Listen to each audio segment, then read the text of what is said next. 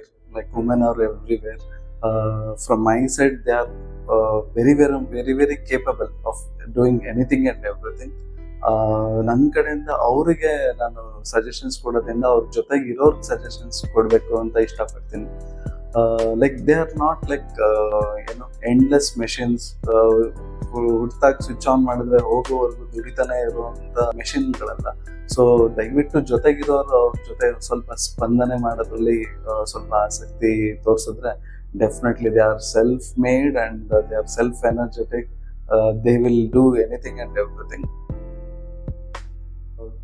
ಹೆಂಗಸರಲ್ಲಿ ಕೆಲವೊಂದು ಲೈಕ್ ನಮ್ಮ psychiatry related ತೊಂದರೆಗಳು ಕಾಣಿಸ್ಕೊಳ್ಬಹುದಾದಂಥದ್ದು ಕಾಮನ್ ಆಗಿ, ಎಸ್ಪೆಷಲಿ ಡ್ಯೂರಿಂಗ್ ದರ್ ಮೆನ್ಸ್ಟ್ರೇಷನ್ಗೆ ಒಂದು ವಾರಕ್ಕೆ ಮುಂಚೆ ಇಂದ ಶುರು ಆಗಿ ಬ್ಲೀಡಿಂಗ್ ನಿಲ್ಲೋವರೆಗೂ ಸಮ್ ಸಾರ್ಟ್ ಆಫ್ ಇರಿಟಾಬಿಲಿಟಿ, ಮತ್ತೆ ಅಳು ಬರುವಂಥದ್ದು, ಏನ್ ಮಾಡಕ್ಕೂ ಮನ್ಸಾಗದೆ ಇರೋಂಥದ್ದು, ತುಂಬಾ ಕೋಪ, ಮಗುಗ್ ಹೊಡೆದ್ ಬಿಡ್ತಾರೆ, ಆಮೇಲೆ ಅದಕ್ಕೂ ಅಳ್ತಾರೆ, ಯಜಮಾನ್ರಿಗೆ ಬೈತಾರೆ, ಅದಕ್ಕೂ ಅಳ್ತಾರೆ, ನಾನು ಯಾಕೆ ಈ ತರ ಆಡ್ತಿದ್ದೀನಿ ಅಂತ ಅವ್ರಿಗೆ ಅನ್ಸಕ್ ಶುರು ಆಗುತ್ತೆ. So these are features of premenstrual syndrome. ದಯವಿಟ್ಟು ಈ ತರ ಏನಾಗುತ್ತೆ ಥೆರಪಿ ಸೆಷನ್ಸ್ ನಿಜವಾಗ್ಲೂ ಹೆಲ್ಪ್ ಆಗುತ್ತೆ ಆ ಸಮಯದಲ್ಲಿ. Especially that should be along with husband. ಆ ಥೆರಪಿಲಿ husband we must teach him how to take care of her during her menstrual cycles and other things. ಇನ್ನೊಂದು ಈ ಪ್ರೆಗ್ನೆನ್ಸಿ ಮತ್ತೆ ಡೆಲಿವರಿ. ಪ್ರೆಗ್ನೆನ್ಸಿ ಸಮಯದಲ್ಲಿ ತುಂಬಾ ಹಾರ್ಮೋನಲ್ ವೇರಿಯೇಷನ್ಸ್ ಆಗುತ್ತೆ. So they will be like touch me not type ಇರ್ತಾರೆ. ಸೊ ಆಗ ಜೊತೆಗಿರೋರು ಹೇಗೆ ಅವ್ರ ಜೊತೆ ವರ್ತಿಸ್ಬೇಕು ಅನ್ನೋದು ಥೆರಪಿ ಸೆಷನ್ಸ್ ತಗೊಬಹುದು.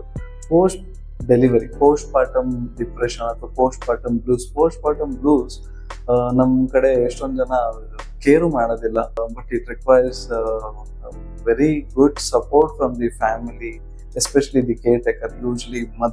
ಯೂಶ್ವಲಿ ತವ್ರ ಮನೆಗೆ ಹೋಗಿರ್ತಾರೆ ಬಾಣಂತನಕ್ಕೆ. ಆ ಟೈಮಲ್ಲಿ ಮಗಳು ಅಳ್ತಿರ್ತಾಳೆ, ಏನಿಲ್ಲ ಕಣೆ, ನಾನು 5 ಹೆತ್ತಿದ್ದೀನಿ, ನನ್ಗೇನಾಗಿಲ್ಲ, ಆ ರೀತಿ ಮಾತುಗಳಿಗೆಲ್ಲ ನಿಮ್ದು ಕಾಲ ನಿಮ್ಗಿರೋಷ್ಟು ಪವರ್ ಅವ್ರಿಗಿಲ್ಲ. But you should support her. Postpartum blues very common, as common as 70% in most of the deliveries.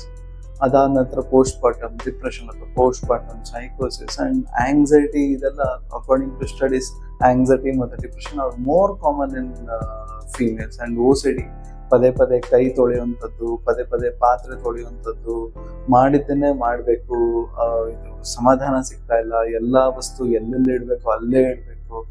ಎಷ್ಟೊಂದ್ಸತಿ ಚಪ್ಪಲಿ ಬಿಡೋದಕ್ಕೂ ಗಂಡನ ಜೊತೆ ಜಗಳ ಆಗ್ತಿರುತ್ತೆ, ಬಟ್ ಯಾರಿಗೂ ಗೊತ್ತೇ ಇರಲ್ಲ ಇದು OCD ಅಂತ. So OCD is very common. Phobias are very common in females.